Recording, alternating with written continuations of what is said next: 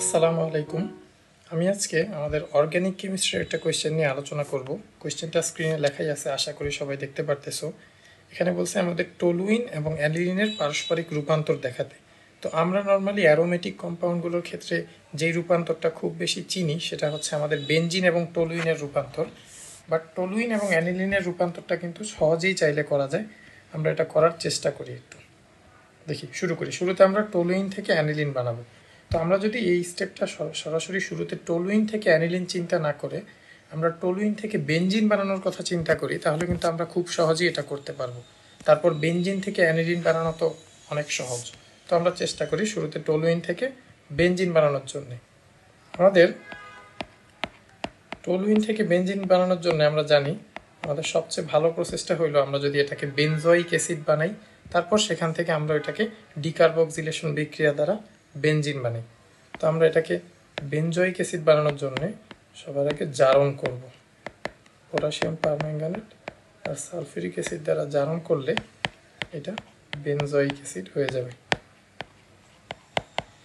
এরপর এই বেনজোয়িক অ্যাসিডকে আমরা যদি সোডিয়াম হাইড্রোক্সাইডের সাথে বিক্রিয়া করাই, তাহলেই আমাদের সোডিয়াম বেনজয়েট হয়ে যাবে, যেটা আমাদের ডিকার্বক্সিলেশন বিক্রিয়ায় ইউজ হবে। এই সোডিয়াম বেনজয়েটকে আমরা যদি সোডা লাইম সহযোগে উত্তপ্ত করি, তাহলেই আমাদের বেনজিন তৈরি হয়ে যাবে। এই যে আমাদের বেনজিন তৈরি হয়ে গেল।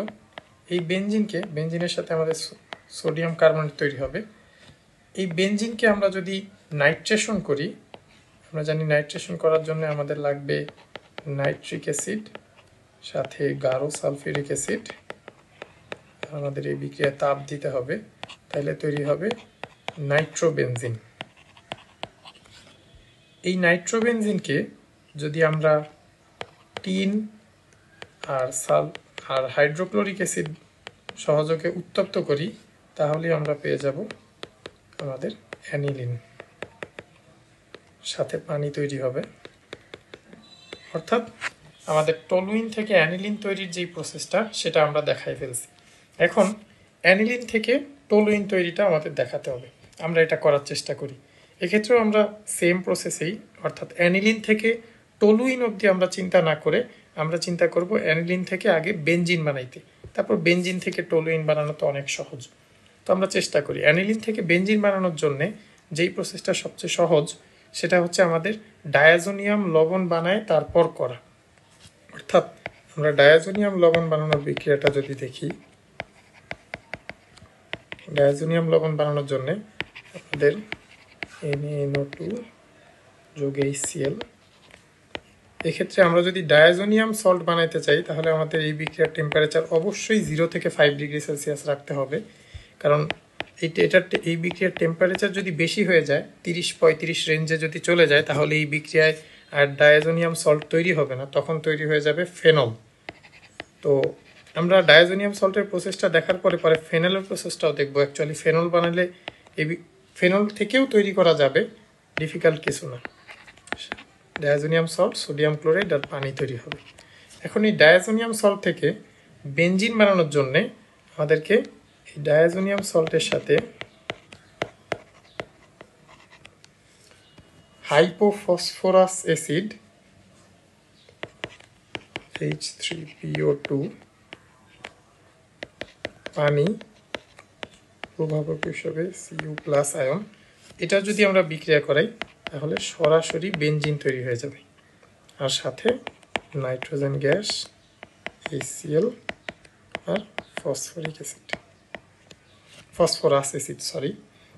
তো এখন আমাদের বেনজিন থেকে টলুইন বানানো তো অনেক সহজ। আমরা ফ্রিডেল ক্রাফট অ্যালকাইলেশন বিক্রিয়া দ্বারা সহজেই বানায় ফেলতে পারি।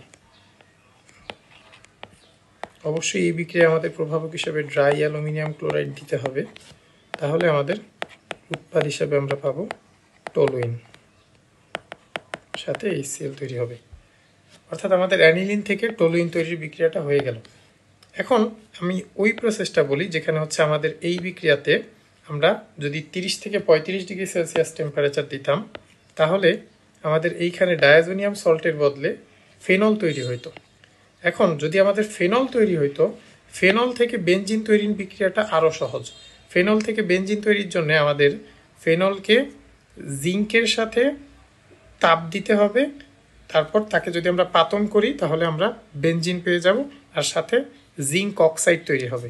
এরপর আমরা যদি বেনজিন পেয়ে যাই, বেনজিন থেকে টলুইন তৈরির বিক্রিয়াটা তো অনেক সহজ, এটা আমরা দেখছি এখানে।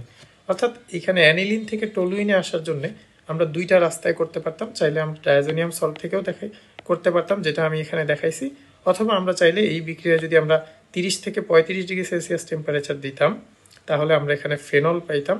ফেনল পাইলে আমরা সেখান থেকেও করতে পারতাম। আশা করি সবাই বুঝতে পারছে। ধন্যবাদ।